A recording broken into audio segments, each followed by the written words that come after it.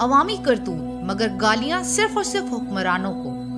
Police نے رواں ہفتے راولپنڈی میں ایک 14 سالہ لڑکی کی عصمت دری اور حمل ٹھہر جانے کے مجرموں کو گرفتار کیا ہے۔ واقعہ تھانہ رتا امرال کی حدود میں پیش آیا۔ متاثرہ بچی جس کی والدہ کا انتقال ہو گیا تھا اور سوتیلی والدہ شوہر کے ساتھ لڑائی کے بعد جا چکی تھی اور اپنے گھر پر اکیلی تھی۔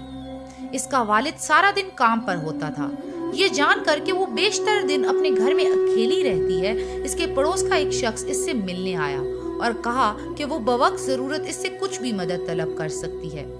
اسے اعتماد دلانے کے بعد وہ ایک دن گھر میں داخل ہوا اور اس کے ساتھ زیادتی کی، پھر دھمکی دی کہ اگر وہ اس کے خلاف بولنے کی جرت کرتی ہے تو اس کے والد کو قتل کر دے گا۔ خوفزدہ ہو کر لڑکی نے اپنے والد کی حفاظت کے لیے خاموشی برقرار رکھی۔ مجرم نے روزانہ گھر جانا شروع کیا اور اسے متعدد بار زیادتی کا نشانہ بنایا۔ ایک ہفتے کے بعد وہ ایک اور دوست کو اس کے ساتھ گھنونے فعل میں شامل کرنے کے لیے لے آیا۔ انہیں باقاعدگی سے اس بچی کے گھر جاتے ہوئے دیکھ کر محلے کے ایک بزرگ شخص نے معاملے کی پیروی کرنے اور اس کی تحقیقات کرنے کا فیصلہ کیا۔ ایک روز جب وہ گھر پہنچانا تو اس نے متاثرہ لڑکی کو بے بس اور کمزور حالت میں دیکھا، کیونکہ مجرم اس کے ساتھ زیادتی کرنے کے بعد فرار ہو چکے تھے۔ اس معاملے کی اطلاع دینے کے بجائے اس بزرگ نے بھی اس بچی کے ساتھ عصمت دری کی اور بعد میں اس بزرگ کا ایک اور دوست بھی اس کے ساتھ اس فعل میں شامل ہو گیا۔ 14 سالہ بچی کو کئی ماہ تک متعدد بار عصمت دری اور وحشیانہ حملے کا نشانہ بنایا گیا۔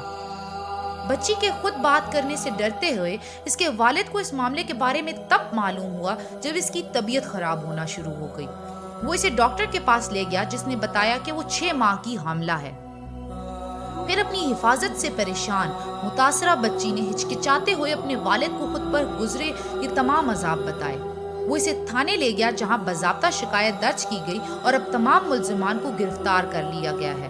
مجرموں میں سے 2 شادی شدہ ہیں اور ان کے بچے بھی ہیں، جبکہ 2 کالج کے طالب علم ہیں۔ یہ اسلامی جمہوریہ پاکستان کی عوامی سچائیاں ہیں اور شکوے ہمیں فقط حکمرانوں سے ہی رہتے ہیں۔